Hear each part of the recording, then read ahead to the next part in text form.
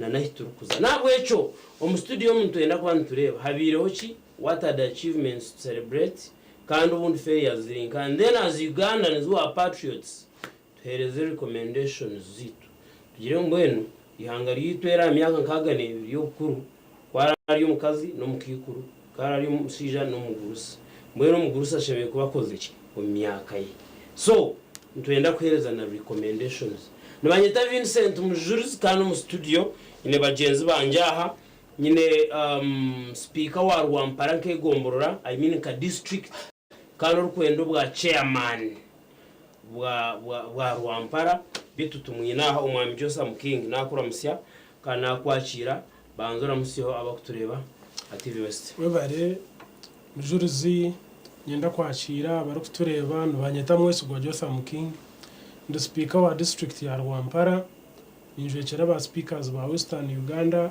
Uganda Local Governments Association kana abakiro program Mujurizi nyenda kutwara mu gishogo congratulating abashomesa Eriizooba ituka Rwampara district celebrating World Teachers Day kandi umukoro tugwine Rwampara kino nacishayi nangwa ninyeta mwena ngo mwije tuzamukorogwe celebrating abashomesa bitu kandi our teachers we are proud of you nimwe mukozi rihangeri kandi tubendeza urunaku rwanyu rurungi kandi nangwa nayo kuzamuza abana za senior force ziro za kutandika nimwe candidates mwena ntubendeza success ombire no muza gukora abanyarwampara mwe bare mumanimba beriraka kandi mwije tuombeke hamwe ihanga nabakira yabare mnonga okuba hanu yanitwe kandi twineho deputy RCC abambara State South omwami Robert Kanusu Kidaga nakwakira once again welcome back here as usual greet the viewers abatureba twabakira amazina Robert Kanusu okurugamasha isengiro okay tuli basanyifu nnyo kubera wano Uganda wange from isengiro tuli basanyifu nnyo kuraba n'okujja wano jo nabadde nambulako ebitunde byetorodde Mbarara City tukiita Mbarara City Metropolitan longa tuba tu planningira Mbarara City tulina okuplanninga n'ebitundu ebitwetorodde kubanga abantu abasinga ate bava mu bitundu ebyetorodde city ne bakola mu city ate ne baddayo mu kyalo bajjero ne bakozesa resources za city bajja mu town eno city obulamu babwogera mu town ne baddayo ne beebaka Rwampara so nabaddeeyo mu Calvary Hill nenda abantu bagenda religious tourism is really booming ovudde wane Yesu awulire kumunana then you cross to Calvary Hill twabaddeyo n'abantu bayitirivu nnyo era Lugando I was seeing Vincent is home from the Calvary Hill abantu babadde bangi nnyo era nesitwite tujja kwongera okuteesa how to improve it together with Rwampara and Mbarara City. I got my blessings. Of course, I saw many people there. Whoever initiated that arrangement is good because a physical benefit. You climbing to the hill alone is good for the health. Then the spiritual nourishment is really inspiring. I was so happy, and I congratulate you, the people of the Holy Catholic Church, the biggest organization in the whole world. Thank you. Thank you so much, Robert. Kandi ni Deputy RCC, Abwambara State South, Mwinaha. Kandi tuzakwegitwa Bright Muhumza, which is a national unity platform. Bright, no shoot na ine issues zin na ija kumwenu budachika bwarabireho, but he will be part of us later. Program na Akadaara kandi turiyo tugenda tuganira hanshonga ya independence. Reka tutandike niwe. Yes. Independence turiyo tuzakugizaguza umwaka gwitu gwa nkaga nebiri kaga. Yes. Urugar kumoro na nkaga nebiri ate myaka itwara baho ni minje. Ubwo yari yomushija na yakura no mukazi na yakura. So turiyo tuenda kurebe bituri kuba tuzaguza. Na nebundi byakwasa kwa bitabire kugira ngo tuongere kutereza nkihanga. As we celebrate, we can change the modus operandi. The methods of work have changed a bit if it is necessary. So tujye kuganira kureba twakubasa kukitereza nkihanga tukagumana tuzaguza konkana ne tukuzaguza nabyo biri kugenda misho utari kugira ngo abo kwatwina abantu abo kugira ngo konka ukareyatera maybe turi ukashuta mwena hariho kizibu konka kandi twena tukureba ngo kuzaguza kike. So in your view tujye tuzaguza ki kandi ahabwe nshemeye kuzaguza kandi twanzuzaguza tukabe ntuyetaga kutereza mu cyo bundi we bari Mujurizi abakutureba independence mu Uganda iza kufuna independence mu mwaka gwa 2022 nkaba ntari of course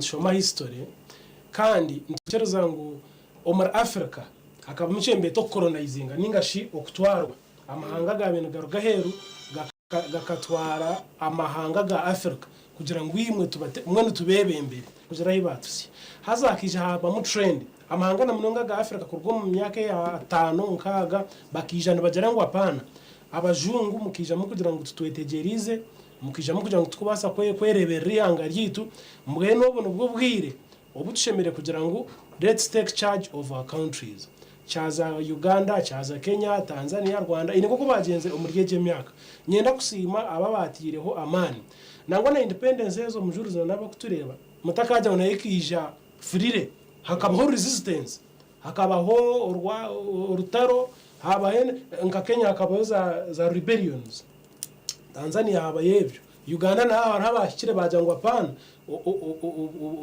ubwebembezi bw'abajungu bugende itwe abiraguju twereberere Kenya akabayo za mawumabo kazoraho muzungu ayende uraya mu Afrika apate uhuru kore wabishomire bya kugira ngo umuzungu agarukeyo abiraguju betegeka mwana hine bya birebero independence takize omwe hakija haba namwe nkaza South Africa iyo kikaba kubi ukoshanga ngo hari amashomero specifically agabajungu hari amarwaro specifically agabajungu mweno shango umuntu waburijo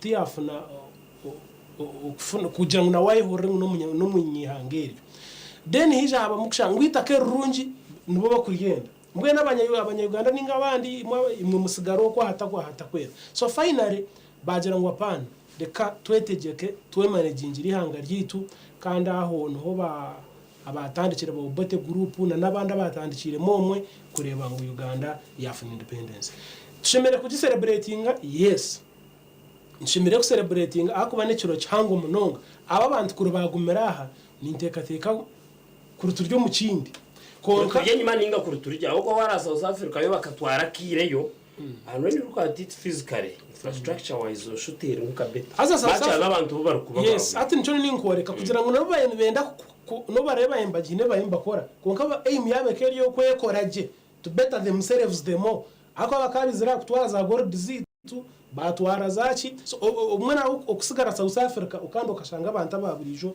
barukubi nkimaze ku South Africa ebi yabiri ne bingi bikatwarwa abantu baburi abajungu kandi abantu baburijo tubaganyirwamo mwana ningira ngo okuselebratinga kishikire konka twa celebratinga ki nyo ndiyo ninyenda kureba umuntu hati relevance y'umuntu wa mwizi relevance y'umuntu wa kashumba relevance y'umuntu wa cyangenyi aba bantu aba mu byaro kuba ko abantu bagamba independence nagetegereza hine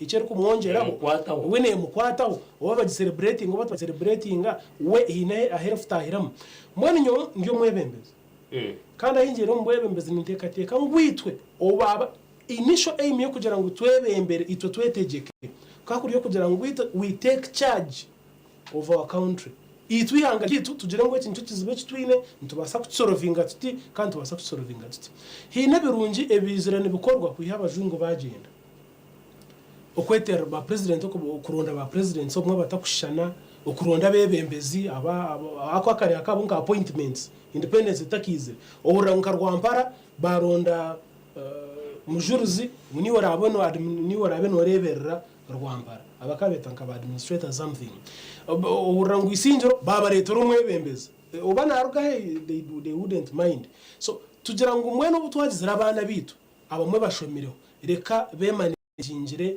ihanga ryitu konka nyo kandi ahinyizira mu leadership nashanga ngo no buturabe twine independence ahamwe nimbasa kugeta political because we are saying independence yemekwera byona yemekwera economic yemekwera political yemekwera social haruheze shaha independence y'abantu abanya-Uganda batakagize nki economic independence no basa kutera karu urugaha Mujurizi ayisimbire bakugira ngo tera karuru pio umutera karuru yayenda rabiho that one is kokati financial abantu abitu independence financially take easy hari mechezo tuchine mechezo no urugaho shango umuntu kaje ngo yarwara na bamwendere mutwaro 20 yo kuzayirwaro akuja tati nyomwa inda mu ndeke ayikarizire kagire kata karara mwana se ko kureba ngo na communities zitu zaba independent politically zaba independent financially mwana shango umuntu ari kugira konkananye ninye marira ntihagire kizibe cyantahira nimbasa kwemarira hagera konkanga politically denke bya security Uganda at least ninde baturi independent financial ndagamba about independence itwenkihanga hine abantu ababire nabarwana kugira ngo twetegeke hine bintu bayenda kwanga bakugira ngo no we are against this and this konka kandi kutweza hato shoti ngo twenda garuka kandi nyima icyo nyontankire kukirebaho oshanga ngo bitwenye tugira ngo apana muntu kushanga najya ngo amarwaro ragamwe nagabagiga agana nagabo kandi bitandikire kugaruka nyo to me as a young person as someone who also advocates for kugira ngo tugire independence nk'abanya Uganda washanga ngweze sharo humuzire umwana wakozire aggregates abani no bani 5 ninga kireje secondary school konka hari amashomero gata kubasa kuzamo kandi government kandi amashomero ga government because financially takuchebasa ureba ngo cyenda kutugarura nyuma kandi umbyabajunge mbagira ngo imwe biraguje umushomera aha kana naba Africa mushomera so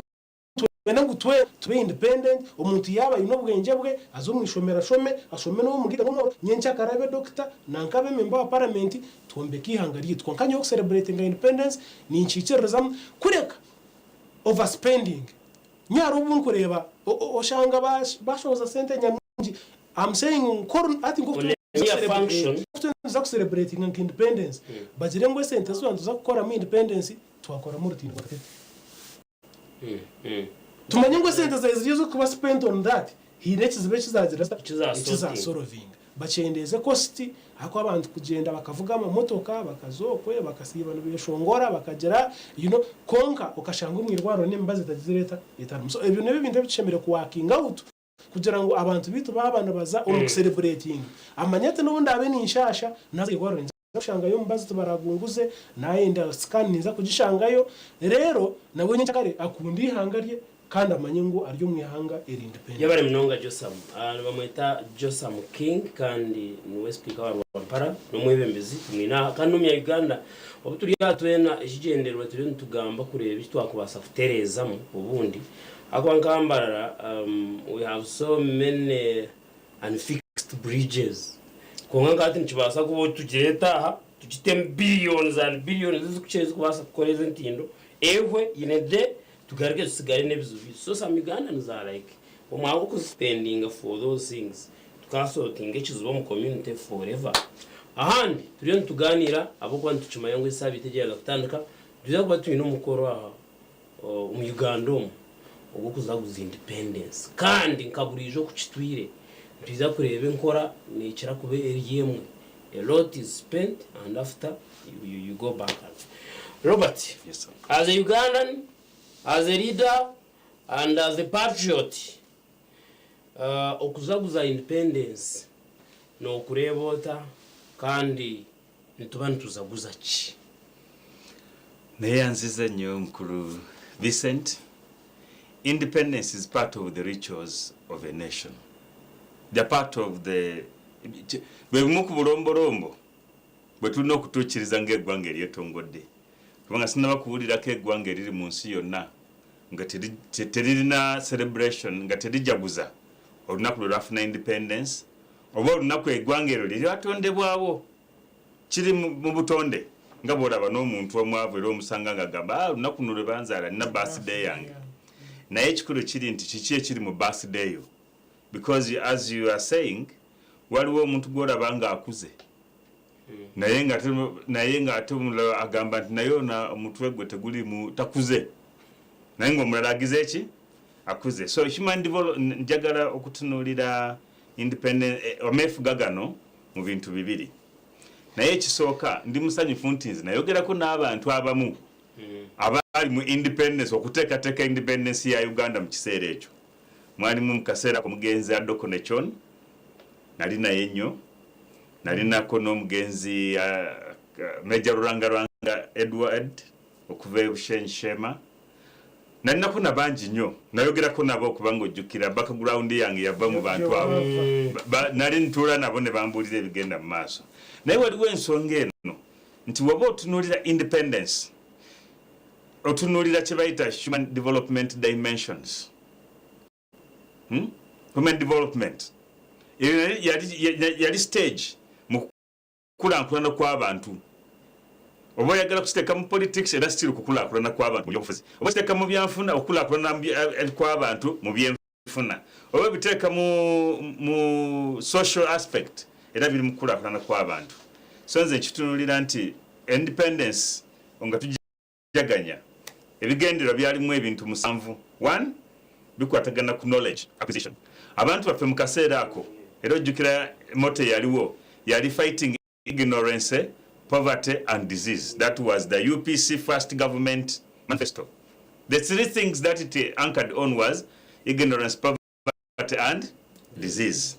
My ignorance, it was about bargain dimension development, knowledge acquisition. Okuwa abantu capacity. They can reason, they can think, they can be happy. Ekyokubiri, decent standards of living. Okutumbula abantu embeera gye babeeramu eya bulijjo basula bulungi. Bali mulamu weeyagaza basobola okubeerawo nga bali resilient.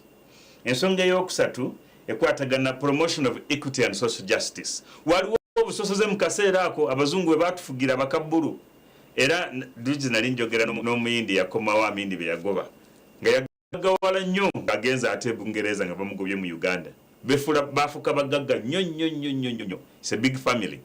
Naye yangambye ekintu kimu nti bwe twali bayitayo boma Jinja.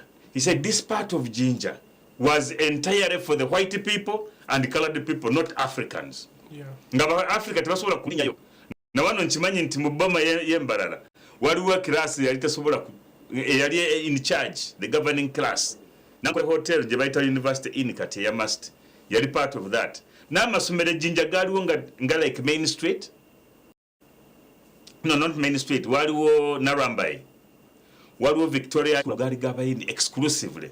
Waliwo St James yatandikibwa na Church of Uganda na hiyo yalina kirasi yayo ng'abaana badduga butabasobola kusomera nga bagenda mu Jinja SS bagenda ku Main Street yaliyo babatandikira ne Jinja Girls so nga olaba nga waliwo obusosozo bwali nga tebusobozesa abantu baffe mu ggwanga lyabwe okubeera nga beeyagala ne wabeerawo dimension that gibaita social security and rights and human rights. Edda mu kaseera ako Abannayuganda baalwanirira okubeera nti babeera recognized eddembe lyabwe eryobwebange nga libeerawo kubanga oba omuntu akusosodde mu byokusoma akusosodde ne mu byenfuna. Africans were not in the middle class of business.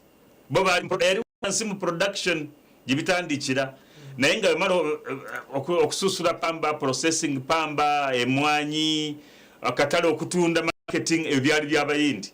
Then abazungu ne babeera ba beneficiary nga byonna bye basunsudde pamba gwe tulimye amajaani ge tulimye tobacco abazungu be ba final recipients naye nga bali wakati mu value addition ate baali bayindi aba Asians ndozo kirabo obusosozo bwaliwo n'obutali bwenkanya byaliresedde abantu baffe obutabeera nga bali mu nsi yaabwe. They were like third class people.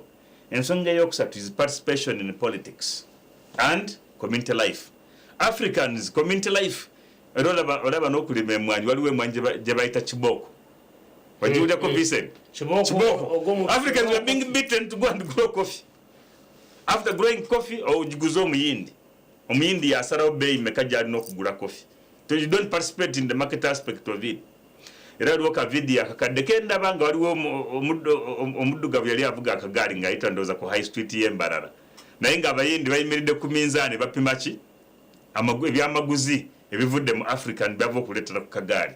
Kati omuddugavu bali bamukuba n'ekibooko agenda alime pamba alime emwanyi alime biki nekivaamu kye bayita emwanyi gye bayita kibooko. That's robusta coffee. Ozirimira ku kibooko waliwo kye bayita kasanvu abantu ge bagenda ne balima hard labor Africans to produce. Naye they are not benefiting from the value addition. They are not benefiting from the finished product. Ate byali bigenda Bungereza ate ne bikomawo ne tubigula expensively. Then lastly, ekyali kigobereddwa mu kufuna independence kwe kubeera n'obulamu obulungi nga buwanvu. Health and long life. Good health and long life. Bino byonna byali birina okutuukibwa. N'olwaleero luno bw'oba otutunuulira bwe tuba tujaganya independence, parameters ze tulina okutunuulirako, akapimo ke tulina okukozesa okulaba independence tufunyeemu oba tetufunyeemu, tutunuulira ebintu bino omusanvu. Knowledge acquisition, decent standards of living eyimiridde eti abantu bali mu mbeera ki? Are they better than they were? Amayumba bazimbye basula batya? Bakyakozesa tadde oba balina solar power? Abatalina solar, do they have access to national grid power? Batambula batya in everyday life? Olaba kati at independence time nabadde ntunuulira mu records. At independence Uganda yonna yali mu chorus, enguudo za chorus kilometers 64 only, meaning wali nga kuva Boma baka ku office awa wali office the big office ano tula mu office ya RCC n'okwetoola mugenda ali mu ddwaliro n'abantu abatono bafunda that nejjinja bwe batyo ne bagenda ate ne batekako eggulu wonna nga bw'ogatta mu Uganda it was 64 kilometers. That's what is on record. By the time NRM government came to power, Uganda yonna yalina largely 264 kilometers of coalers. Olwaleero luno under the NRM government tulina 6,264 kilometers of tarmac nationwide. Era enguudo zonna ezigenda from border to border ziri all terrain, zonna ziri kona zirika otambula nga bw'oyagala ovuga emmotoka yo nga bw'oyagala because they are all bazitezemu coalers. Challenge weri nti nenguudo community roads eziri mu bibuga okusingira ddala ze zeetaagamu upgrades okusingira ddala mu bibuga ebikadde nga Kampala, Jinja, kubanga those ones had bigger kilometrage eza coalers, ate budget nebeera nga tesobozesa ebibuga ebyo okusobola okukola enguudo ezo maintenance obulungi. So mukulu Vincent olabira ddala nga bingi ebituukiddwako, era bw'ogenda mu infrastructure beyond roads otunuulira ebintu ebirala nga internet access, cyber networks, ebintu ebize mu mulembe guno okuyamba technology n'entambuza yaffe. Lulinga ekifaananyi kino ekya TV tosobola kukifuna, tosobola kukiraba bulungi. N'abakuba ebifaananyi bino ebikadde ojjukira bikamera yashika nga bakuba ekifaananyi ne kigenda Nairobi okukyozaamu ate ne kikomawo after like 3 months.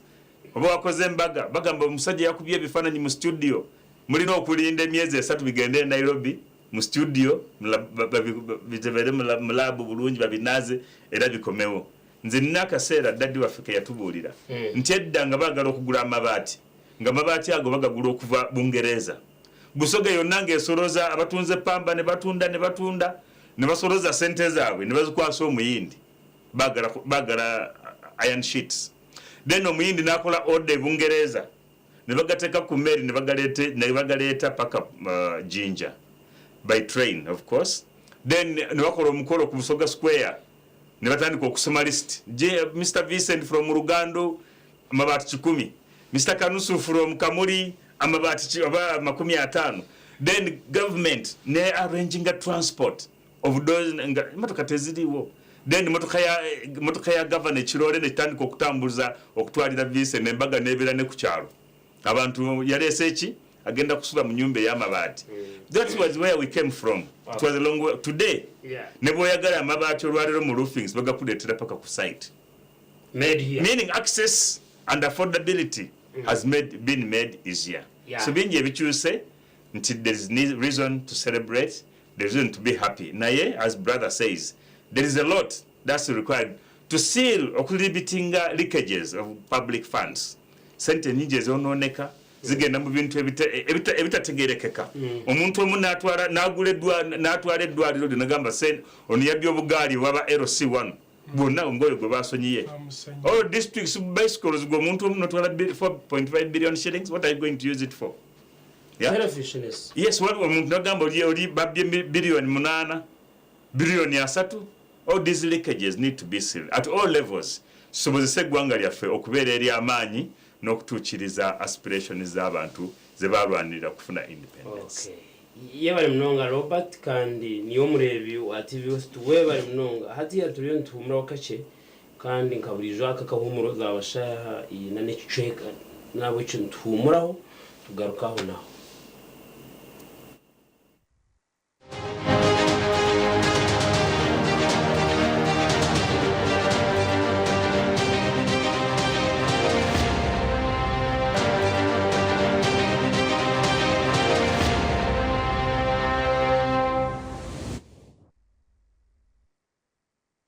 Twagaruka twazire mu gahumuro kashe program na Akadaara TV West Vincent Mujurizi nyine timu y'abashija enkwata kugira ngo n'abashija bonka tubatwe n'abacyara Kamwenge Eriizooba y'abashija and twayigitwa Bright mumzo wa National Unity Platform Bright azwire tayi kandi koti kandi ashira kujware tayi record eja jine so Bright twakwashira ankaburijo ramusi abo kutureba kandi turiyo tuganira abo kubo tari amuti kumanyoba waba no muri twantugamba kandi tugira ngo uza kuza ya mikutu ya YouTube eso banorebera mu ya Facebook na nimbareba byore mwagama nani nini turiyo tubuza ngo eje myaka yarabireho kuruga nkaga nebiri obtwatungo kwetegeki Kanusu ya agenda emyaka eji yaba ari mushija na yakura no mwito musigazo mu myaka nkaga nebiri nari musigazo no wahamya ninga no mugurusi kaga mugurusi atnani nyaka kaga nena kaga ne na ni yaka kaga ne na yaba mugurusi yari really now turiyo tuenda kureba death expectation yitu ni 66 so nankan life expectancy ya nankan y'abanya Uganda iriya nkaga na mukaga mbene njimenye ngo na yatanduka kwirira so nabo cyo muntu gwe na yakura nicyo tuyikirizana so eri turi kuzaguza in fact what takazire cyo wayikorera myaka nkaga nebiri no ba uri nugendera kugendo inebusha injana muru so nabo cyo ntuzaguza burizo independence buri mwaka ntuzaguza konka twaturiyo ntureba okuturi kuzaguza nzaguza yitu tukahindura muki bishubwe ni kikuru ni cyetagisa konka kirebeka majority reja ngo ntuzaguza kikire abo kwa hine kiro konka nico nyowe okitinisa Mujurizi ikiriza nshime kandi ndamuse abakutureba abo kuba okutahobwire bakataho umushoro ikikaru cyabo bakakibira TV West none ngenda kubasima munonga mbende yo kuzaciruhura zakazo abantu tureba TV jo kandi rukungire tureba TV kandi isinjira tureba TV abanyakampara bingi batiro TV jeshaha abo kwani benda ngo abantu bahurire abantu bobwenje ninga abantu bitekateko bitarukishana bakuganira umurimo gwabo so nyenda kusima management ya Vision Radio Vision group abo kutekatekaho bakatwa programmage hati oriyo nogira ngo cicire ku celebratinga kandi argument yawe negira ngo majority nerebe kakeri kugira ngo cicire ku celebrating konka nyo ni imbaso butikiriza na majority akwane basa ko majority gonke gwiri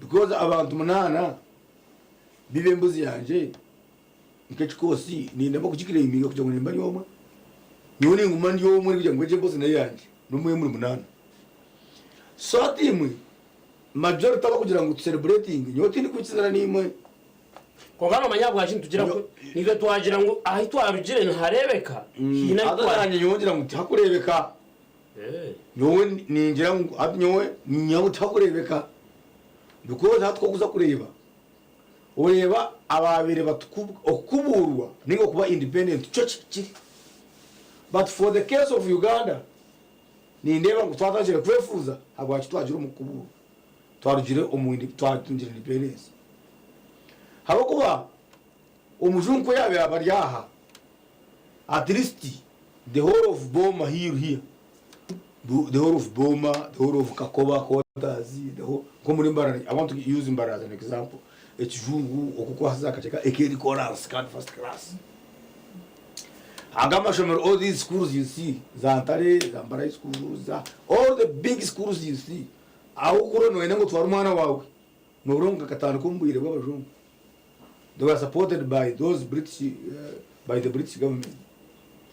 Hatu kukuza kureba ureba horangu National Transport Corporation ubweta andika mwekatanu kumbwire kw'abajungu ohora muzaragune zibayombekire these sewage treatment areas zibatire Kampala ruzira zibatiraho muri Mbarara ngo zikazumburirwe abajungu mweno reba nkakanze oreje ngakazumburirwe abajungu hatuza kureba ushanga ruyari abagabo abajungu aba umbwire igwaro rya Mbarara kazubwa abajungu mweno reba ngo oshongu hire babene bakora kukira bahati kandi babe batinde kiba kushoroza mu chamani hati tubira abantu bakiko mu miliyoni 80 nchoroza trillions 28 every financial koga embera eyongere kusisikara buriya no mu kugira ngo akara amashobera y'abajungu nagabira gujo konga ijya bira gujo koza mushomera busha uta nangwa no scholarships kubabe bakunango ujye mwe gujo ubwenge bakaba kutanyunyu uza kushomera hero batu bakaboza randariza uza kushoma hati kandi uyo mwana w'umworo konka hati no takuboye nakakwate na government mbere ningambaho nomwe mbaserukali yanja talent training antwaturi enganda nyingi atwa kutumara training ntabwo bamwe urango bazuko abandi ngo bazuko abandi ngo bazuko urango abandi bagone babona waza kukireba mu UPDF kiri jo kandi ugambara ngo mu serukali natahamahe ariko ngo nakuru kumihanga konka ndagire kume ente muntu beyazo mahe namayo nara kumihanga nabantu ushanga adwo musirigwa gwa Jotham aruna hinga ushanga aruna yuze myenda ya tugende tumujeyo hati twarga Kanusu nyena twaraja chara ro family y'abaserukare batakwika 20 bataje hasi 20 bajoinfo niba hinga nibesherete kuri wazanye isinjiro aho ni berera ari umukazi baryo mu ntoke wazo mutaho no hari supermarket aho mutaho tingo n'ubugambizi baryo aho no bakucekinga abantu hato yebuza umuntu akazo mahe ko mu supermarket mwene bintu inanga what is the point I'm trying to make harimo ka vurungoto akinguteka mutika kari necessary therefore turetire tutashemererwa tutagira manga kugira ngo celebrating independence because ukwabo uza kubona umurumo buriya ukwabo mara senior 6 immediately uza rutaina ngwino utunga kashara umuntu wa senior 6 akata aho musharo agurira abantu aho azomukanisa burenta abo kuba government zikaza mutekateko zimaka se konke hatuno ko degree 2 degrees no yoze motoka no tera matafari no sika chapa that is what too much opportunity because mutakanda kubona mwana ko tera motoka no chichorobi no ikana bakana beri bakubiri hate birebi mwene hate birebi ushobora ngo kushoma twine makuru hato ushobora ngo ushome utashomire aina man ushomire hati nyobisho biri ebirebi hati Jotham mutima ngo kukireba ngo kanye woni ndeba ngo hati birebo batashomire hati beze no kushira mari beze kujana mari kushira abashomire abo kubo unozo mukanisa ushanga ushomire togwenda kugura mbuzi ushomire togwenda kugura ndaba. So at the end of the day oza kushanga ngo economy ya Uganda in direction jombe ni kugambara before Museveni and General Museveni came to power, Jinja, it was an industrial center. Jinja no Kanusu. Jinja nyowe, I never knew that it was a district until recently. Kani mangu Jinja no mwenda. Kani kuza kujwara umwenda kukumiriji. Ukuno mangu wajwara Jinja. Ko katiya na kuroza Jinja ronde myende kura. Ushaka nabone bizaka kubera kuronde myenda abajinja. Nkasese I knew kana mangu kasese ni pamba. Kana mangu kasa waro ndaka se pamba no zaka sisi. Tukadureba kweta lint marketing boards. Lint marketing board ekeri a board eyabene ne marketinga pamba omahanga gahari. Kongati no ikaho bakugira ngo wete kere factory ya pamba. Mvete kere factory ya pamba. ngwere kere factory ya pam oika kirembe mines waiga namato oika bane batimba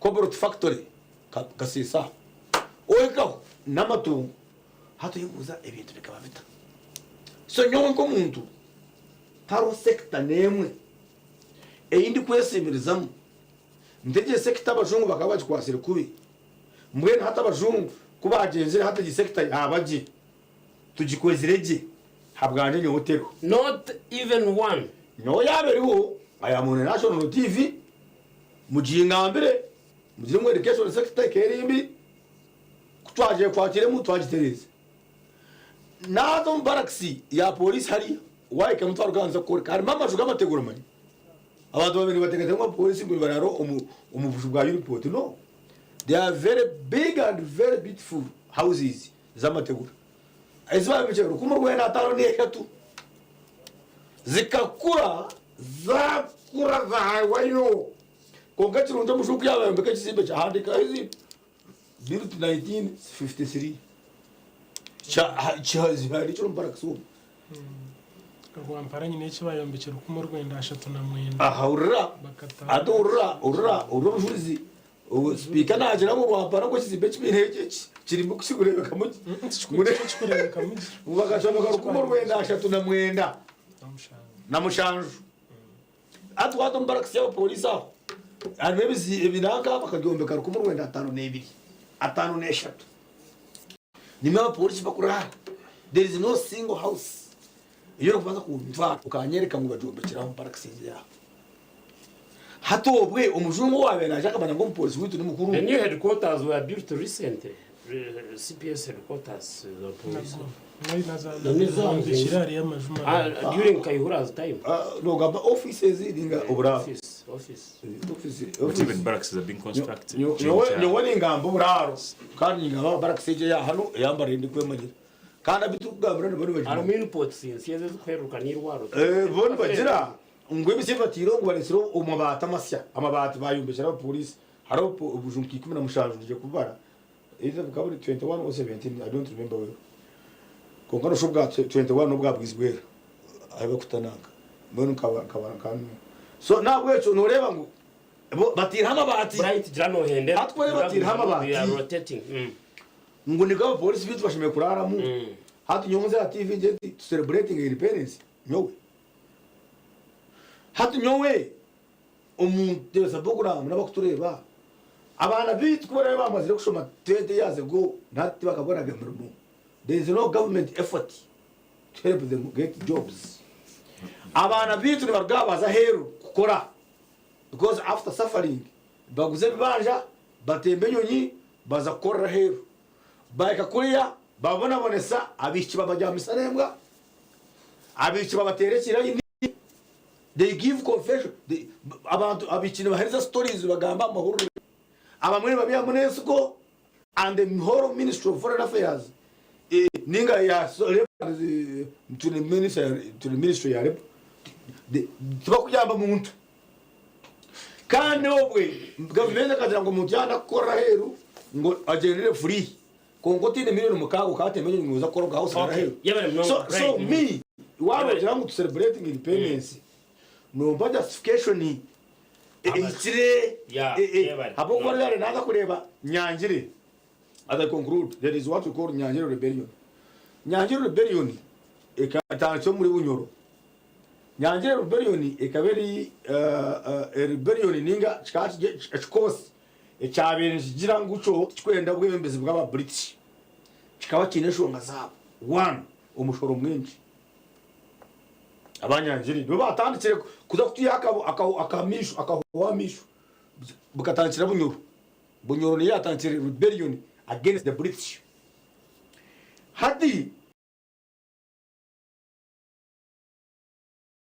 bakabi nesho ngazabo kitamo taxes bakami no mushoro let us add on that later you can pause just because tumezamu kushimangu program yo na tureba yabari mnonga program nakadara tuyo tureba ntuzakuza with independence next week nero akashatu hata ntuyenda ntuzaguza tugire twa correcting because omnyabwenge omwe bamwetar but Einstein akagira ngo ubwiraro nkimanise kumana ukore ikintu nico kimwe okatekate yakuyamo ibintu bitakushana so turebe independence tukagitebekanisa gitaro but you have something like yes cheso standard sokedde control independence y'omwaka guno egenda kubera celebrated from Busia district Busia kiri mu Eastern Uganda ku border ya Uganda ne Kenya lwali liyege omukozi guno yegenda okutukyaza era tubayita mwenna mami bright nawe nkuita tugende entambula weri engudo nungi we can even live here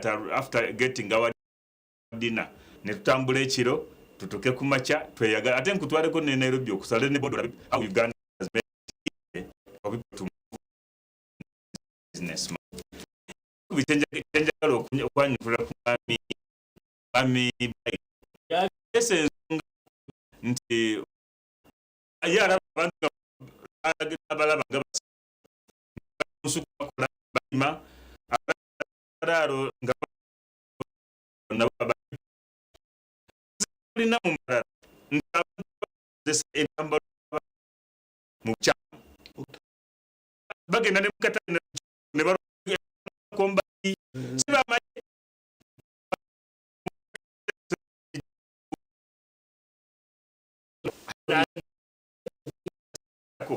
when President Museveni just it is now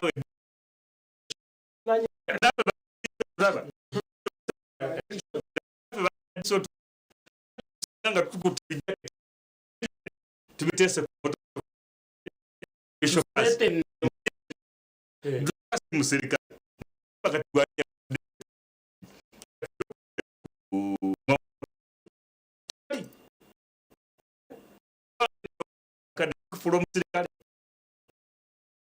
people are misusing military attires.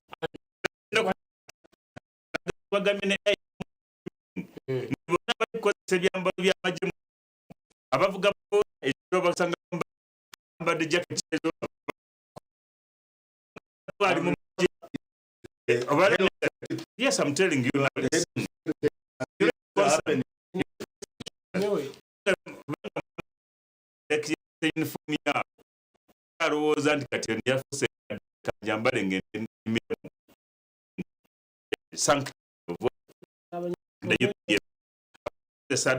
Important brother in them. Those important tubagalira ddala kubeera nti bambala ebyambalo by'amagye kubanga bright nkati musajja wa nup bw'alaba omuntu ayambadde ekyambalo yenna amuyita wa UPDF naye mubuuze nti tasobola kumuyimiza kumubuuza nti namba ye eri etya mu magye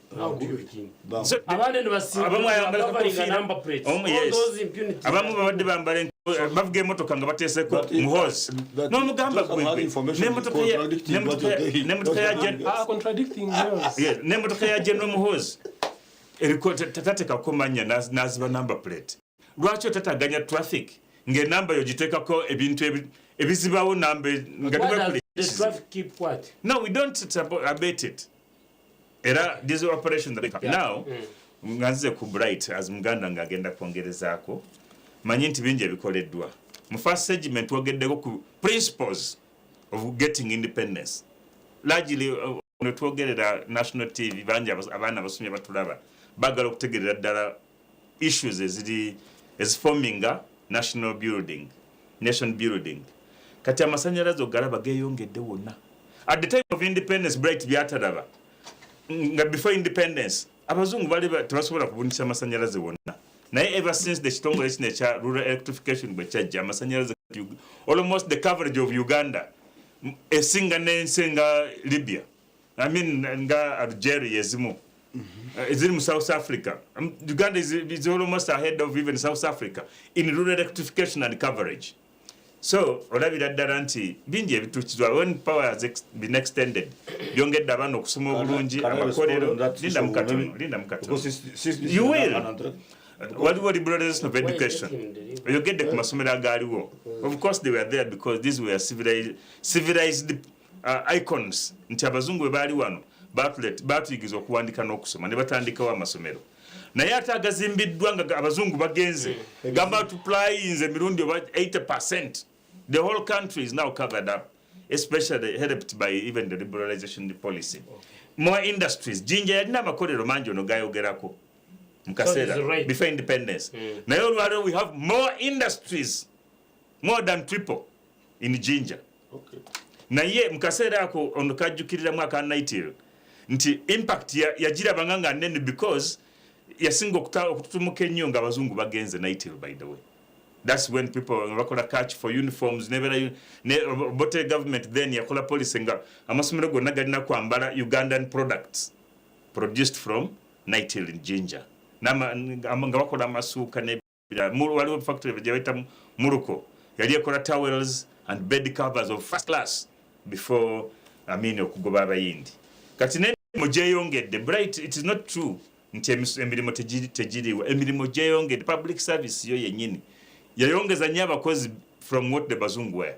During the time of before independence abazungu balinga 7 bali bafuga Western Uganda yonna like 7 people. Babeera effective because bali bakambwe nga tebagala kubamanyirira. Bali ba dictator mu nfuga yaabwe. Olwaleero tulina abakozi bangi. Every area is a district with a whole structure of employees. Abakozi bangi na wano Mbarara bwe yafuuse city twafunye abakozi bangi recently over 67 staff we are recruited from Mbarara city. Naye population nayo yeyongedde nti by independence we are bare 4 million people around there, not more than 5 million people. Olwaleero we are 40, how many? Around 45 million people in Uganda. So you cannot absorb them. Naye private sector, it has been the only absorber. Private sector development ekoze omulimo munene okuemploying abantu baffe okubawa emirimu, and that's where we must go. Entrepreneurship and skilling. Ne democracy, tourism, increased budget. N'abantu okubeera abalamu nga ba bright ne basobola okwogera nga tebateri kibaluma kubanga singa mulwadde nga tebamukwata vaccination polio n'amukwata singa tasobola kutuuka wano bulungi. Naye government has done a lot to protect the population nekula ate nebeera herese. Now we are targeting long life. Even the life expectancy has increased.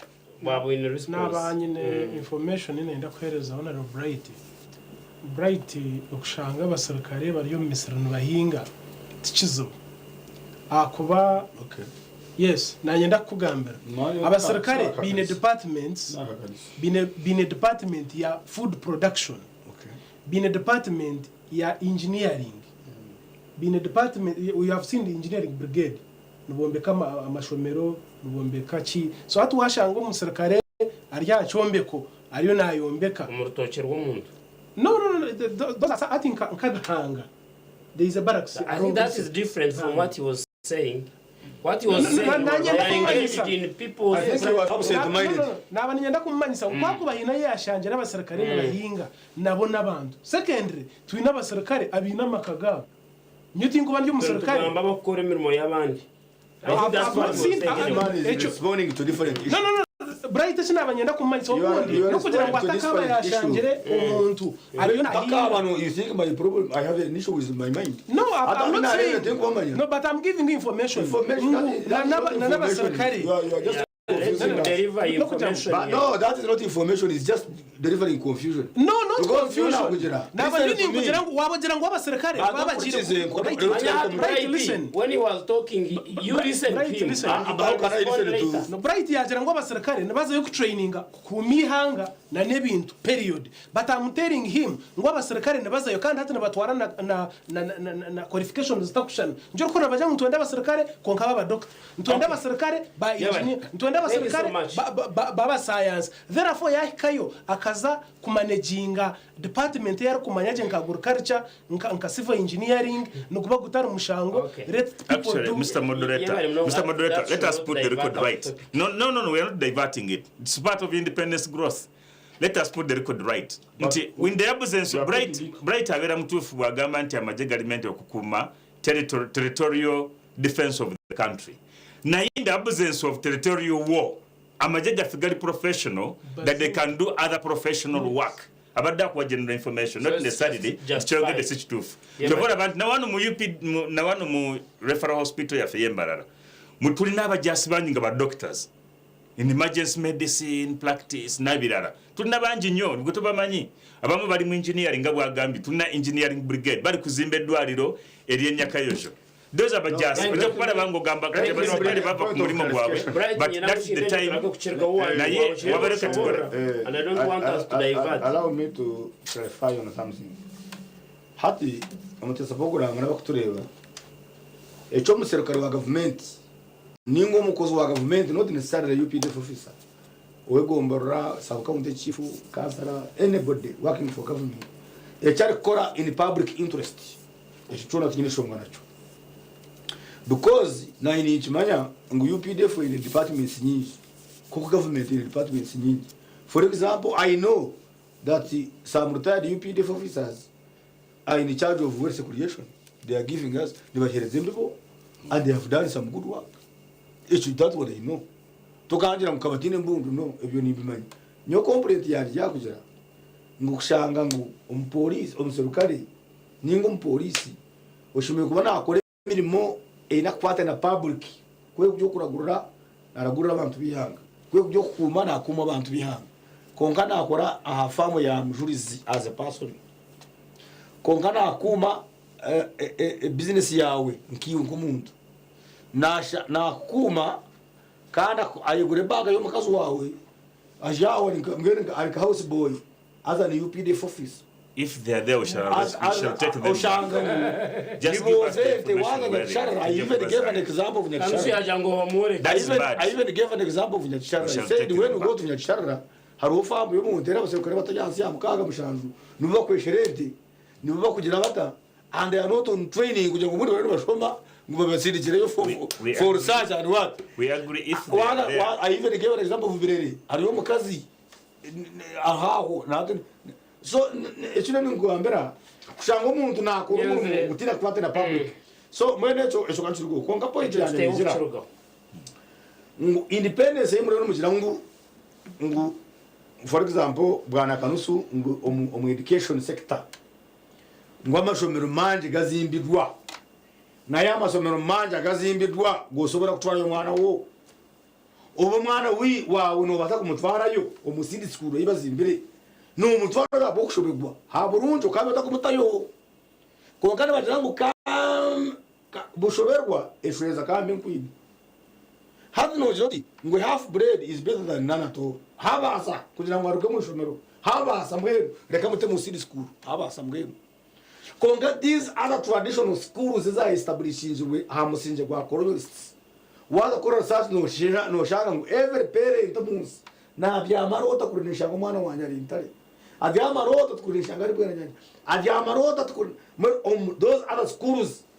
ko no my government ag I don't know whether it has been a deliberate effort kungano rangu all the traditional schools that in Gambia za zikoraje za Boktoye za Makobere za ngano high school in recent time mbwire wireho zizaza kuva kompolitire konga foundation bodies za kimanya za imisamani hatu waza butobere waza Makobere waza nganwa they are now coming back on board konga establishment zayo a locality on the colonial interests omutesa program n'abakutureba nyoti kujya ngo tukabe kikire kusanga tuteje kwa abantu bahero atakaje wande but bright yaje ngo yajati yaje ngo tuteje kwa bahero no konga ninjira ngo abitu abimu kujya ngo bategeke bare ni bategeka kurugira interest zitu because leadership should be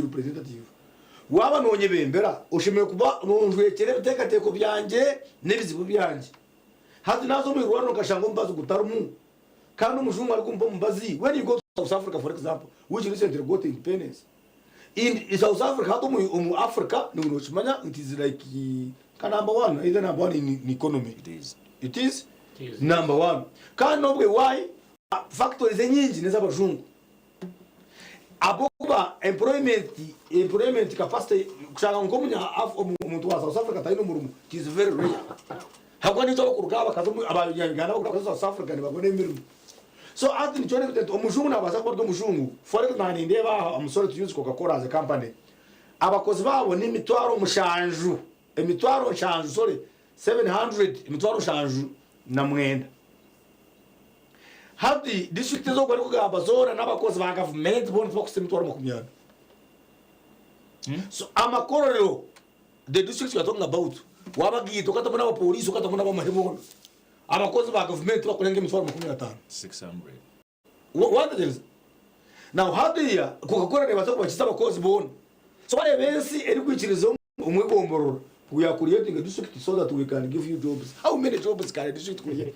Okay. Yet a factory can create like 2,000 jobs in the blink of an eye. Thank you so much. So how about the strategy? You create industrialization. He talks about amashanyarazi.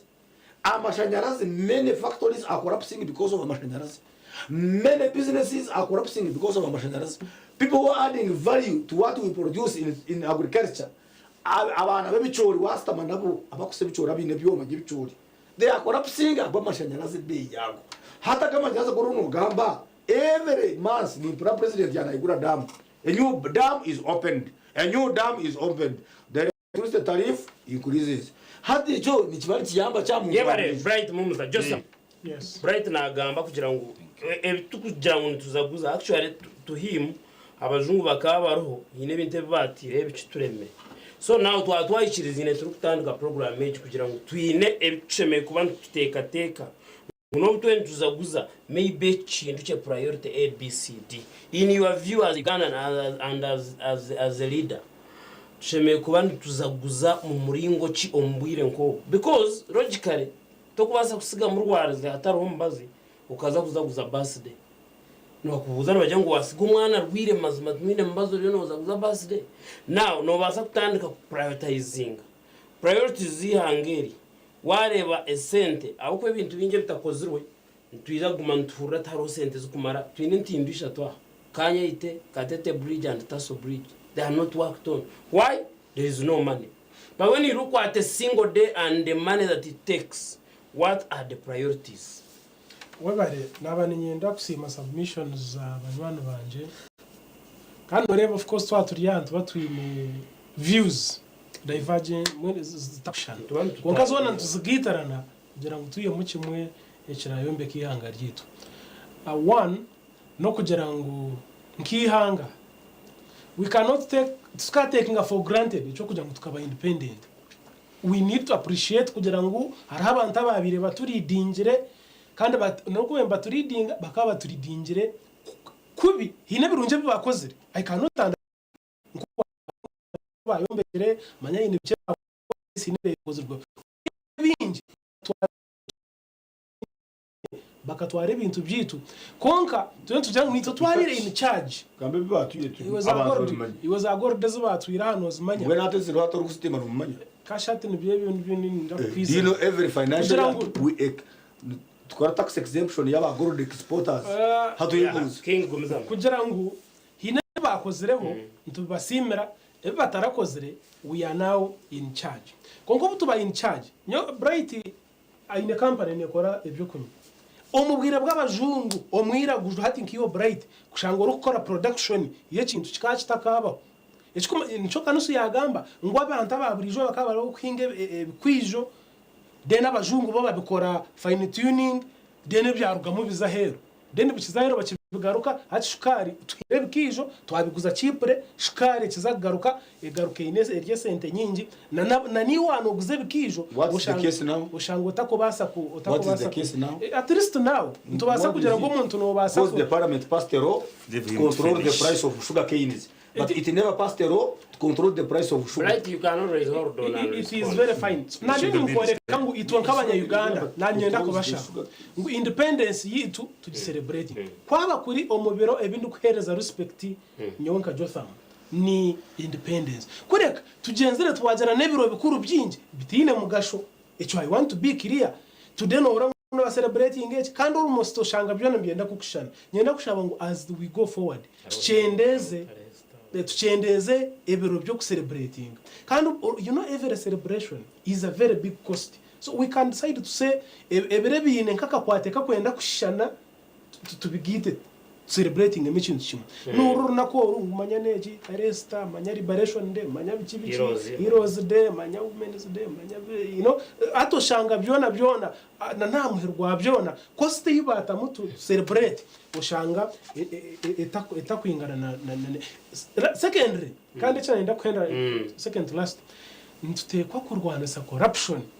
I want to be on very clear on this national television. Twaba tarwanise nguzi bright na mwana wanje Kanusu.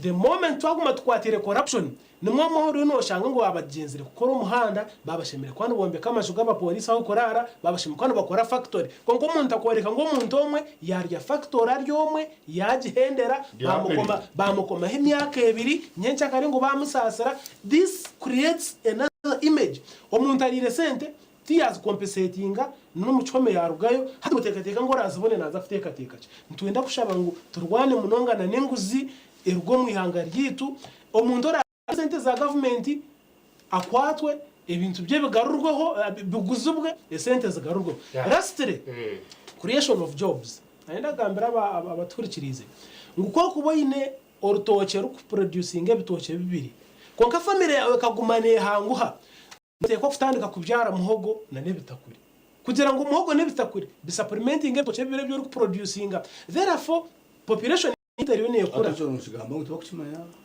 But we shall talk, you never know. We are saying, population yite kuzire. Factories zibire ziruho. Nzitekwa tuongereho. Ai factories zukutware ngutero kubasa tuteko alternatives kurengwa this young generation constituting 77% yabo necho kukora tiyaba redundant population is very dangerous to the country and ndio wa NRM tukakura ina impereze kubaninda abaside za Kampala narebe habiri harya gari yo mwika techerabo. I want to say it nkahura naye buzo byingi egari yo mwikeji ekazahe kabetine umugasho gukazahe. It is there now to run in the evening between Namanga so nyenda kushaba ngo babwira ubuturumwe hatwashanga twininka trains za fast trains ezizorukuza mbaitho.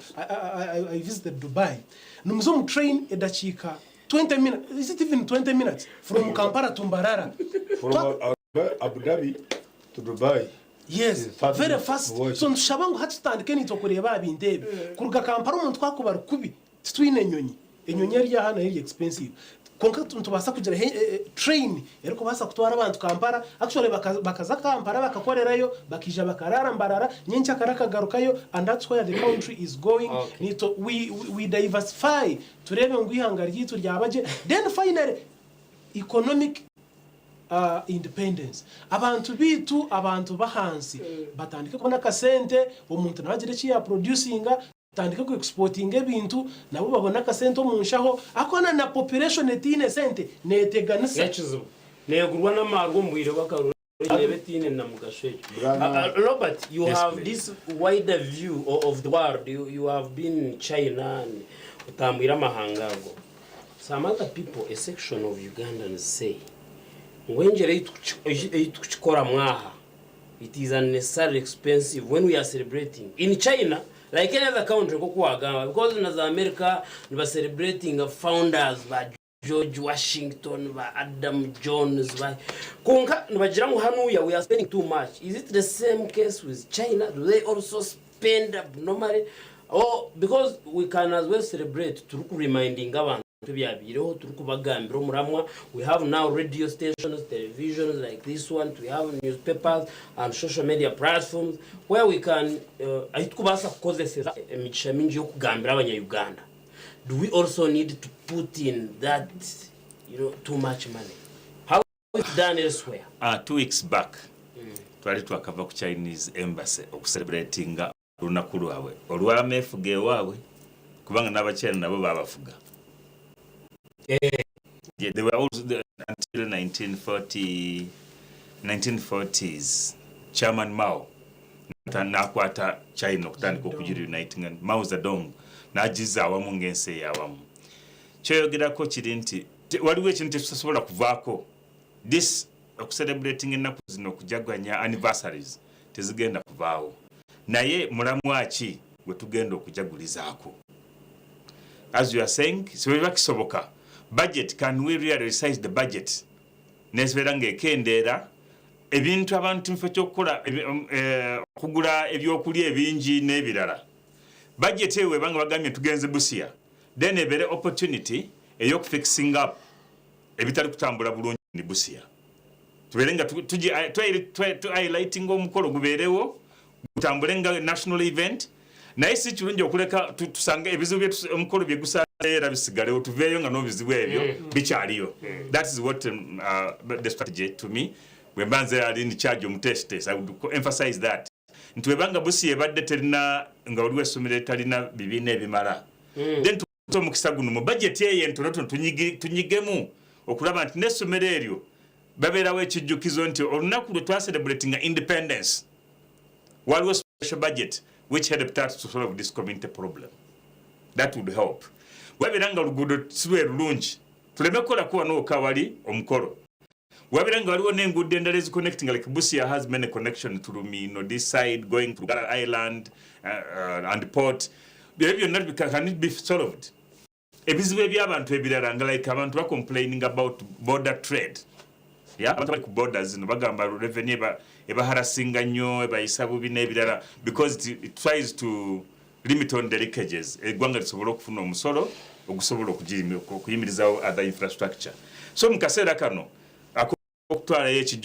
can we use this as an opportunity to explain to the wananchi why these policies have been put in place such that give Busia a settled and harmonized area for development? No cookies intervention is endara. Other government intervention programs, what are women grow project. This will be the right time now. Into Busia nga tugenda next week to Busia. Can we wagira byanubu katulinde interventions zanubu wazirija tulizirabireyo olwaleero you are not a woman in the first place. You can't reject a woman intervention because you're not a woman. Let me finish. This is emancipation for special class. So now sokolindeko bright yona okubuzabuza abatuwuliriza ani yakuganya okugenda mu edibyo jail center. You are an industrialist. Wangamba okola. Sokolinde wangamba okola akokunywa. Akokunywa ako oyagala okagazia. Let us have one practice. Tetwagala nugu. Onabijemu nugu. Atita manyiga government byekola statistics. And so right to be census is to understand the population dynamics and indexes. Katulwalero, it is a standard. Nti tuyambeko n'abakyala. What special program for the youth? What was special program for the elderly? Under this NRM government, abakadde balina sage program. Mulimu mabali mu kirasi, olaba n'olubuto olulaba. Government yabatirawo special program. You can go to ADB, bright if you are worth $1 billion, nsanvu kikumi. Genda mu ADB, I will even sign for you. Come to my office. I will give you the letter. Because tokyali mu PDM, tokufittinga mu PDM, tofittinga mu bakyala, naye waliwo kirasi yo. Bamadivari, basudiru jebali, nawe saizi yo, erimu saizi ya sudiru. Jangunze nkuwe recommendation nencha. Tetulina kusosola nti onekibine kyakyoggwamu. So nze njagala kyemaliza nakyo, as I said, how do we modify, how do we improve these national events? Is I think doing that. Abamu bali kirowooza nti baba bakuwadde okutegeka omukolo ng'ogwo, it is now an opportunity for you to make some money. That is wrong. Kijja abantu kumulamwa, kidemoralizing Ugandans, nekigendererwa ne theme y'olunaku nebula. So nzijagala kwebaza nti emikolo gyo kisigala gikyagenda mu maaso, because that's what we are. It's our culture now, because tuli gwanga eryetongodde, we are independent state, tulina anthem, tojja gamba nti kubanga abantu baavu tetujja kuyimba anthem. Nti abantu tebali kusoma, oba tebasomye tetujja kuddamu respecting the royal regalia. These are parts, what characterizes a nation are these rituals done. So part of the rituals is these celebrations, recognizing independence, recognizing the founders of the nation, n'abattibwa mu ntalo ezimu nabo bali recognize. Otherwise, waliwo ensonga mugenda gajja okwogerako nondeka emabega mukulu Vincent moderator. Ensonga eno nti Uganda okuva ku independence myaka 62. How many presidents have we had? This is a large number. And what have they impacted on the development of our country and service delivery? Bazaba president, babadde bavaako batya regime zino wabaddewo transition. This has really led us to go back to speedier development. Yazibwa nnyo emabega emyaka mingi nga Uganda eri mu ntalo about leadership. Immediately twalina Benedicto Kiwanuka nga first prime minister wa Uganda najibwako ate okumujjako okwo kwali Bungereza. The coup yakolebwa Bungereza never implemented in Kampala. The first government was designed from Britain and designed for Kampala. Before Obote could lead and hand over transition, comes in. Weyaja atina awambe ensi. Abantu abangi ne badduka, ba investor n'abagoba mu Uganda ze Asians. Eyo nebeerawo, ate babeerawo olutale myaka nga 5 ngalo myaka nga 7 ngajja kulwanyisa okujjako Amin and his tyrannic regime. 1980 Uganda was again struggling to recover, bagita conflict restoration. Nti after olutalo, how do you rebuild the nation? Eje myaka ne jifa nga tuli mu rebuilding ate NRM ne yinjirawo kati. So olaba nti we were gauging Uganda's development trend etandise from 1986 kubanga biri byonna ebyali emabega. Soko je ku nkaga mu ebiri jake myaka ja NRM je jibaddemu now steady kind of planning, progress and steady progress. Tisobola ekigambo ekyakozesebwa steady what? Progress. Jiri emyaka emirala curve ya ngerinnya katono nekira ddala ate ku zero neita ne mu zero negenda mu negative like Amin's regime yatwala mu negatives. So bino byonna byolaba bituliko olwaleero bright obulumi bwayogerako alina okubeera cognizant nti alina okujjukira Uganda's struggle bwaba akyali ne bagita muzungu akimanyi mu lunyankole tunakiyita nostalgia ng'akyali n'obujiji buli obwedda nti obwedda ebyedda bimusanyusa nnyo okusinga ebiriwo olwaleero because he praises more of the past.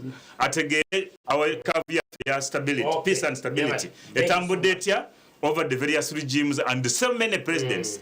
Fe twali wano nga tulwanirira kukyusa regimes nga Kenya na president ogu President Kenyatta yali ali kufuga, Nyerere yali ali kufuga Tanzania steadily. Uganda erinule abamu bafugako myezi 4 abamu bafugako myezi 6 nga balule babinayisa bamuwanga bafuzeko myezi 3. So those party is failing to put in place mechanisms you may think so. It's a subject of discussion. It is a subject of discussion. Now, after that long, you see Gaddafi ruled Libya for 42 years since 1969 to recently 2003. So after getting out in a way he left the country, you can see what is so that can also eyo joraze yenyini byebyo byensingira ddala okwagalira ddala nkubulidde ekintu kimu nti Uganda buzibu bwebadde nabwo bubuddawo wenyini the regime changes, irregular changes and irregular changes cost us a lot. So as we rate our development tutandika 1986 literally that is where Uganda can be rated on a steady curve to development and stability. Robert enyuma ya sesi ya umunonga ya tugira ngu egari yo mwika negendo mwazi Munerugana mave ngweza Kampala. What about passenger train Kampala? You made us laugh. I don't know whether you intended it because it's funny. Ngwega ne koromuazi. Nenda waliwo karwalero bali kuzawo there is rehabilitation of the line between Busia and Kampala. Naye for the time being waliwo train kati etambuza abasabaze musabazo olw'Ekampala okuva Kampala namanve mukona neddayo okukendeza ku congestion and thank you so much for your explanation. Right. Tukaza gumari yebyo we shall shift. Konka nitureeba bright. I'm calling your name Bright. Yes sir. Because no enough time chirenyima and we should go forward. Now, noreba independence age. Waza kujetegereza and I've had chance yo attending college. People are facilitated in those big cars to come and be there. Oyebuzo karwa bushashirwaje. Kanwa ina mashita. Kanwa ina driver. Kanwa ina motoke hurire. So now we are like saying age expenditure is over you. Like Magufuli did it, we can copy if we want. Konka ndiyo niende, but recently I got somebody complaining. Ruwero, there is a day it was celebrated in Ruwero. Somebody was like, Menka Ruwero, this is where the war took place. To asigara nebizo vitu bijaba heza bagenda. Hatu muni ende, I'm giving an example of our Mbarara here. We have 3 unfixed bridges. People are suffering. The reason why Karugangama and other places are not developed tarortino now tugira ngo ngahate ne basa kwijayo independence bagikoreka cheka like it has been done elsewhere omwazi bagende Mbarara keeps with the problem. In your view, Bright, because as you talk to the government, you should also give your recommendations, advice. You never know they can implement. How do you want independence? That's your role as opposition. Because we have already accepted Twine twitches. Give alternative. Man, we are no wait. Otambera mwenu. Ekikwenu checho. Kare sebo. Utakanya yecho nachanga mukutangira. Kugira ngo umuntu atanga mukutangira. Kare sebo. Nachanga kugira ngo umuntu no mworo nabatarazirwe. Does it take away his right of being? So, kare hati wo komuntu kanze ngo Uganda izaguzeta. Kasho kujaguza tingwene nkubi first of all. So nyomwene jo agagambira muteza bogura abantu bakuturiba. Nyo urubere kuza kushaguza tingirimo. Atereteje kiriganda. Okujaguza bikimanyisa celebrations. Celebrations kina kwata munonga na success. Wao rwo if you are moving backwards toka abaza ku celebrating. Anyomwe nakubuza one project.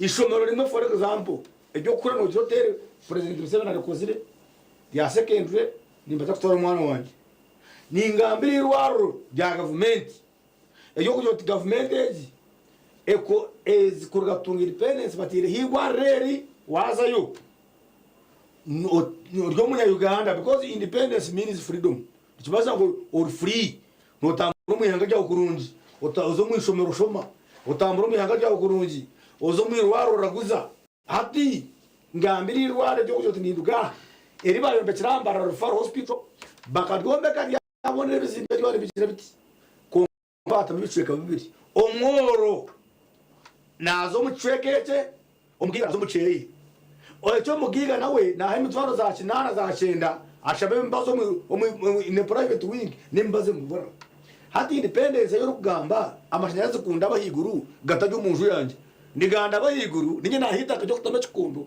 kongo munju yanje tini hato kajya mu nyonji independent ishomero rya government ngo you must pay fees 2 million 1 million in the government school hato kajya mu independent unanye nkujoyininge omudasa program tugenda kushetegereza ngo abashija abantu abakutureba mumanye point yanje niyo ningamba ningira ngo namazima omubigambo no mu history bakagira ngo twaba independent hatu nyo umuntu gwanje niyo nimbagira ngo bakatubiha nyo ngo umuntu gwanje niyo njiri yanje negira ngo bakatubiha turabira independent echo kubanga cyajona cyabashungu abene ba controlling buriya nahati no controlling ne budget yihanga imugamba ime ngo mwene leadership na budget yihanga obucweka nkata na rigana nibabwiye hero no kimenye cyo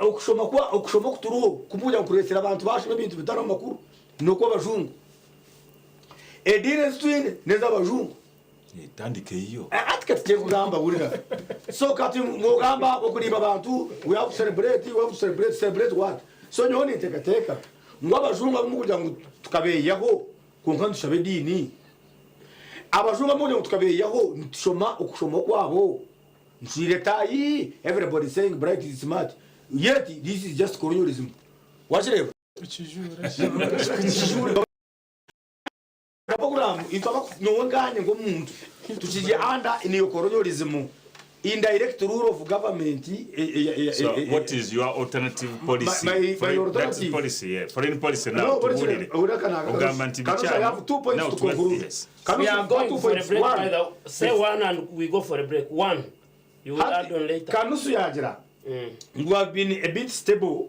since 1986 and I am telling him the cause of trouble kurga 1972 or 1986 was General Yoweri Museveni because when I mean captured the power in 1971 in 1972 had a year in office President Museveni n'abantu be bakora foronasa baza kumugwanisa hona shewo mwaka gumwe ukawarebera ngo umuntu akubasa bakamurwanisa haba urutaro mwihanga in all those presidents abaje ngo bakarugaho bona it was a General Museveni's creation habako baza kureba abatu tokero rutwa bright turiyo tuzomuka humuro kandi twatwakirize ne babeni cwaruka ezo nishaita netwe kareka bona barugiro bona ba opetu bakarukaho aba effort ya president and we come back after the break.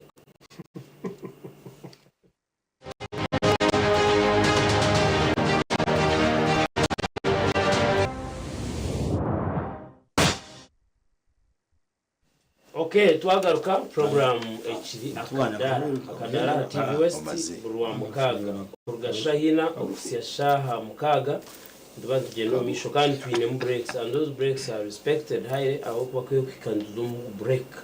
So Vincent Mujurizi mu studio nyine mu Jotham King ogunwe speaker wa Rwampara kandi twine deputy RCC Mwami Robert Kanusu Mbarara State House twine una Bright Mumza ukibine cha national unity platform don't tuganira ha independence kawanya Uganda twine views tugeza kureba how better can we celebrate the day.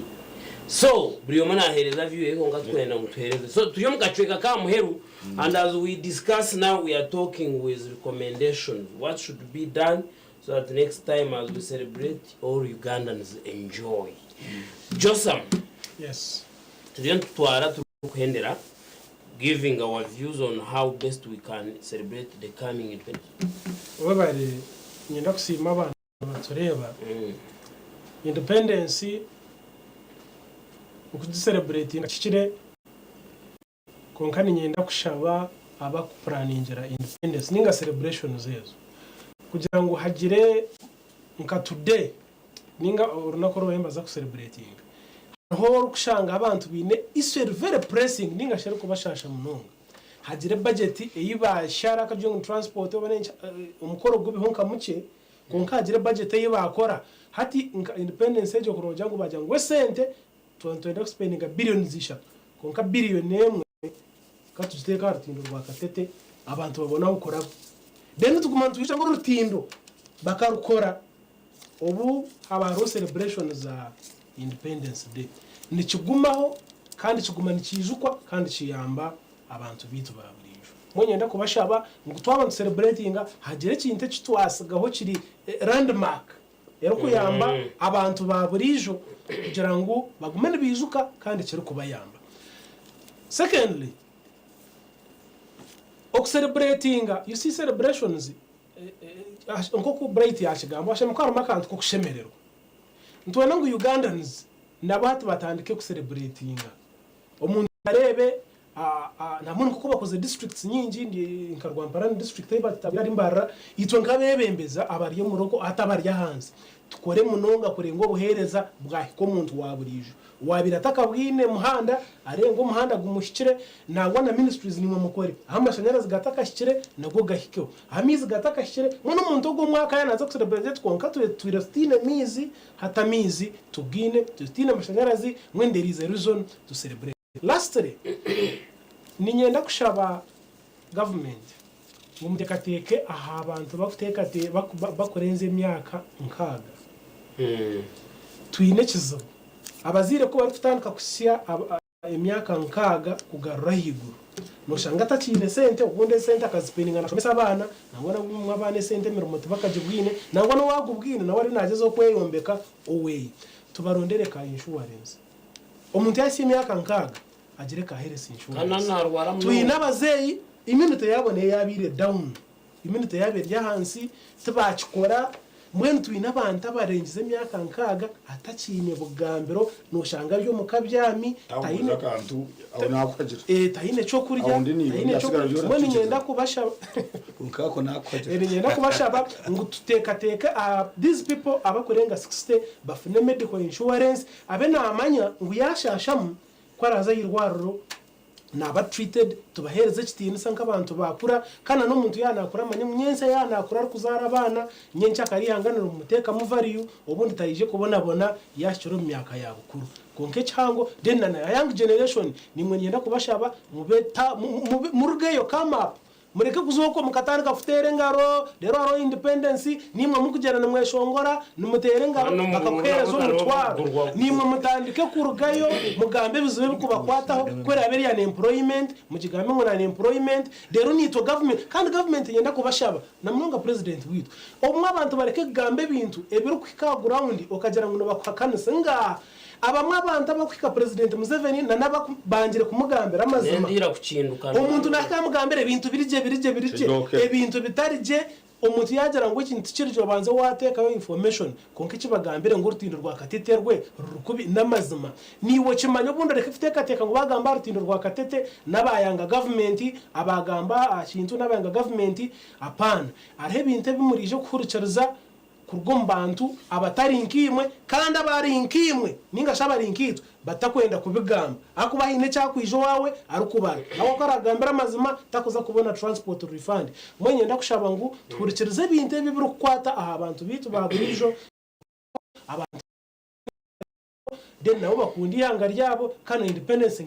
yabaho baji celebrating mwenye ndakubeta ngo runakorwa independence celebration zaizira ziri abaruko basamuze mu celebrating konka niwo mko wawe oyeteka tekeo niwo gire cyo wakora ugira mu economic independence niyo bantu bayigura katare bantu bakora umuhanda go kurabamo nkeje mande tuntu zakora tuntu twara Rwampara na district zo bemba bakora niwo nko muntu mukaye yawe oboyine cyo kutwara mu katare oboyine kabeje yo kutwara mu katare niyo wake yo kisere ugire makasente ugire mu economic independence tweyaga rumuyanga yabare mnonga Jotham kandi ko kuyagamba munyabonye makajyango ekizube kiri mu staff ujya ngo haraba kugamba ebizube binjya kucyari biraho ujya ngo haraba ku bintu bagamba abahunamire ebivahunamire ati birugame bizuba iyo sigarano yesibari yo go rugamba akishara rugamba rana kutanda I agree with you right yes turiyo tuhendera haza nakunda ikintu cya Jotham cya insurance health insurance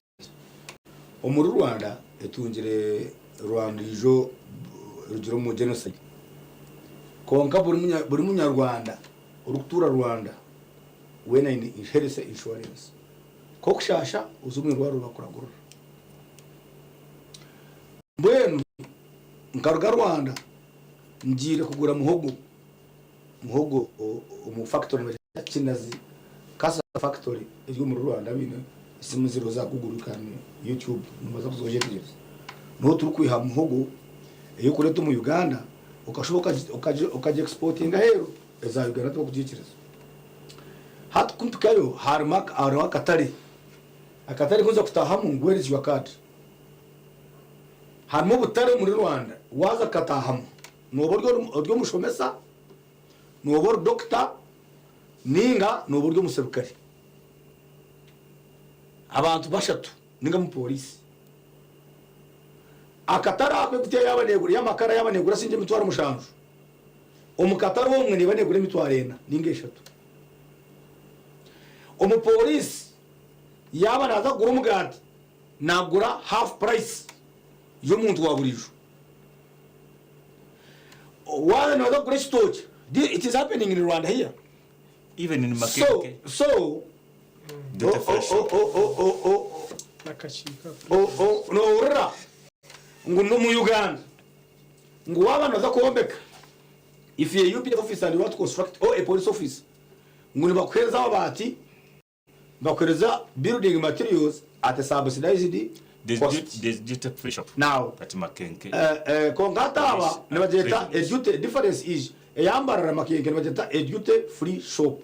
Yes. Konkejo it is a government subsidized even in Rwanda they give them a like half price kongana bana bakushoroka sinjira kungo secondly UPDF tibakonsideringa umuntu umushomesa tibakonsideringa doctor tibakonsideringa umunasi konga in Rwanda also that give service to government being a special market ayiba kuzaba kagira ki niyenda kwendera kintu cya value addition chikuraza kuletera independence chikansasa kuza Rwanda kuimportinga yo kasava tubantu exporting Canada chikansasa munonga kandi mu Uganda president na Mbarara arukamba value addition all the time mbeni shobora abantu wabo inumuti ejemite narebero wabo umuti wa kartuso go kusaka kuza ngo mutwara waronde choma mwaronde choma ko tugira tukagure choma cyo kora plywood ntubasa kuya mu plywood zima 20 umuti go mutwara kwa kartuso ko kugushimira umutwara plywood zima 20 rezo buri plywood emwe nguru mutwara mwene kubiri umutwaro ninga kenda bitu uye musinje mutwara 20 value addition abantu abakora choma cyo abantu abakuza kura plywood norango yejo value chain ne basa kuletera employment opportunity omwani I was ninyikiriza n'umuntu wena uri kugira ngo twaza kuguza omwani tukuguze adijiro fari because a one kilogram of coffee negura sinje mutwaro kumwe 12 wagongera value negura mitwaro ki 12 kandi omukongera value you create jobs for our people kongani mwe factors ebitoche ekitoche no manyango mbwire kw'ekitoche wanyu Mujurizi nibakibuza sirinje 13 12 14 no bwezo kubachika now wacha mutu isi okajikora mu wine no manyango nichuga muri 10 wazi ya mu wine oye bottles 20 buri bottle wazi kuzuza umutwaro ushanga no imitwaro 20 omukitejo kimwe abakora wine abanyuka abakora wine abajuguza abazitambuza bona abo nemirimo konga no manya parliament ikapemisho one liter of wine 15 exercise you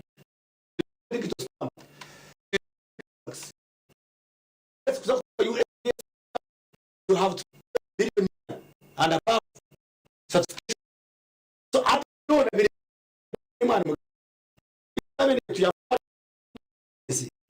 shut down.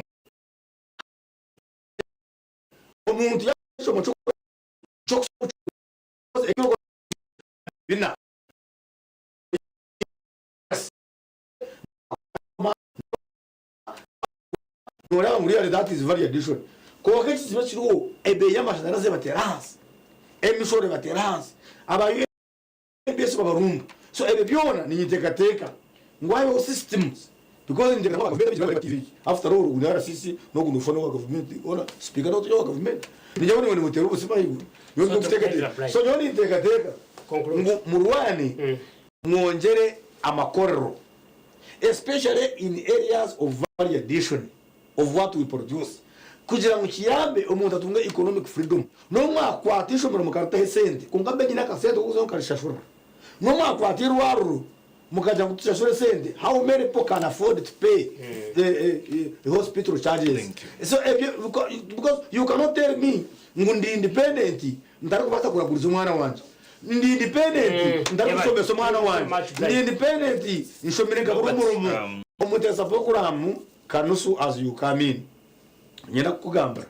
ngu no mwagaruze ryabire birugonga katuje ngutuma leta bisi konga Uganda rero kuyabera ugajinja eruga mu Mbasa ekaza jinje kaza kasese kaza kahegetoro yuyo ngamwajigaruro abantu enyonyi they were 77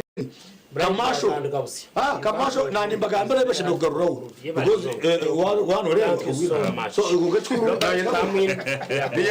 yenda kubaze bagutureba kandi niyenda kubagambara ngo ubishitini sasa sentamu yana baramusya kandi natungumurisha ya tureba thank you so much neyanziza nnyo mukuru onali nebirowozo ebirowozo bye bingi nnyo era njagala kumusaba nti ngojemu bino bimwagala okurarare ne musasamaze ekyalo nja kuyitanga mu nkiko zaffe ze tugenda ne tusomesa abantu on in a way of giving them capacity naye tuleta mu biri ate ebirala this development and politics because I'm always interested in political njagala nnyo okubeera mu development economics than political economics ensonga gye twogerako eno eri ensonga emu mukulu Vincent omulama gw'olwaleero tunulira mu kalenda yaffe omanyi olwazungu bano batuyigiza oluzungu naye batubuulira enjawulo mu bigambo by'oluzungu kiri gy'oli ekiri programu eriko bagiyita independence anniversary the 62nd independence anniversary. Now as the celebration comes in as descriptive of the anniversary simanyinga siba kubichusa bulungi ne mu Uganda sibe lulimi lwangolo bayimata na yekiri kimunti tugenda kujjukira olunaku lwe twafuna independence mucho muberamu okucelebratinga amefuga ndoze kitegeera ngabona gamba twabadde ne speeches naye olweggulu twabadde n'okusanyuka mu nga tuzanya omupiira ku kisaawe. So the celebration is not the main event.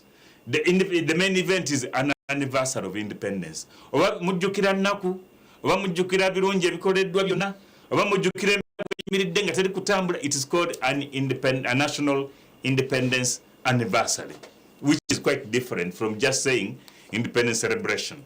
But among the anniversary, we can also celebrate the achievements made. We can also look at those ebitatambudde bulungi.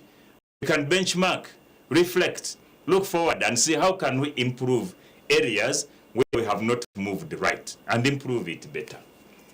Then two, ensonga Bright jayogerako ne muganda wange ekwatagana ku system emu yokka. Manyi mu development models mulimu ebintu bingi. Mu kaseera kano ekiriko for developing countries bakiyita people-centered governance. How do we promote people-centered governance to maximize development for our people? To solve the problem that are affecting our people, we need to go into people-centered governance such that abantu baffe bateekebwa ku mwanjo okuplanninga, okudesigninga n'okuparticipatinga mu development ng'ebakwatirako ddala. Ensonga endala gyoyogeddeko is kyonna kituluma nti abaana baffe bangi kati the numbers have gone high. Abasomye bangi kati bali mu kusoma naye bali kufuluma mu bungi. Universities ziri kufulumya abaana abasomye bangi naye emirimu nga tegiri kumala. That means it gives an opportunity now. Human development means creating human capacity, promoting human capacity, and enhancing and creating opportunities. Abantu bafunye capacity kati basomye. Omuntu ategedde nti njagala kubeera engineer n'afuna degree yagirina. Oli ayagala kubeera musawo naye talina mulimu naye degree yagirina ne skill. How do we now create opportunities for these people to build a strong private sector? Are you asking me? No, I'm debating. These are rhetoric things, my dear. See the level you jitegera. But now, how do we build a strong, vibrant private sector? How do we motivate the people to go strong with the private sector? How do we remove the barriers? Some of the barriers is unfair. Nga Bright wali kukyogera konti. Waliwo emisolo ate giremesa abantu okuparticipatinga fully in value addition. How can we address this? As we go into this independence anniversary, these are the key things we should listen from the people. Together celebrating it. They give us the experiences, the ordeal they go through. Netulaba, how can we now embrace the people's views into the people-centered governance approach to solve value addition targets are really met. It enriches also the PDM, pillar number 1, production and value addition. Bright, you are speaking within the PDF. Chovola bankwagalira ddala tugende mu community with you. Kubanga nabyo yongerezaako through your experience ng'abadde participation in the private sector. Ekirala brange kyemaliza nakyo kikwata ku social security. Abantu baffe balina kubeera mu bulamu ki oba bakaddiye oba tebakaddiye. How can they be treated when they need? How can they be their issues be addressed? Walikati so far government chekoze waliwo ekitongole kye bayita NSSF kigaziziddwa okuva ku traditional objectives nti ababadde bakola basevinga akasente kabwe ne kabayamba mu bukadde kati bali kugamba n'omuntu ali mu private sector is the biggest nti n'omuntu ali mu private sector Bright Kanusu mu government Mwami Vincent mukasente ko yinza okusalawo nti nze sente ezange nga ndi mulimi ngenda kutereka mu NSSF mfuna amagoba gali bayongeza na amagoba it is now 11.5%. Nti wabanga ovuga border you can twali mshongole kyonna. Wait a minute, right, let me explain. Let me explain. No, he's telling lies. How can he conclude the lie? Doesn't know. Listen and learn first. So this NSSF Bajo Penize. No, we are saying to individuals. If you fall sick, can NSSF pay? Listen, Bright njagala kubuulira mu nsi yonna experience yange gyetambulidde ne gyendabye. Yes. Abantu abakozi babadde n'obukadde bwabwe obulungi. Abatakoleredde bukadde bwabwe mu buvubuka. Even in Britain, in America, abatakoleredde bukadde bwabwe mu buvubuka they end up in elderly homes. So you are saying wait a bit, they end up in elderly homes. So do you have one in Uganda? Do you have any elderly home in Uganda? Yes, they are there. There is in Pumude. Pumude no ginger. There is a rehabilitation home for elderly. Abatakolerera bukadde bwabwe balina bulemu oba embeera nga yabafunda wala. These all have been happening. Thank you so much. Wabali mnonga kuija kabulito kandi omuringo gw'omutano nyenda kusiima abantu abagumene batureba mume muturebe mure no kutukwendera aho kwa kutukuba ntusibura twabishisha mume muturebe mutwetegereze right now kusiima wabare mnonga kwija. Thank you so much Robert for your presence wabare king okwija kandi government intervention for the elderly abagumireho nimbendeza weekend nunji nkaburijo nimbendeza emikoro mirungi yo kwetegeka kw'emyaka 62 sabite gitwaga kuzamo biza kurebana n'imwe sabite rukwijo rwa mukaga nkaburijo mu program ya Akadaara ku China okusia Chamuka mugumeho babroka bo mu kijungu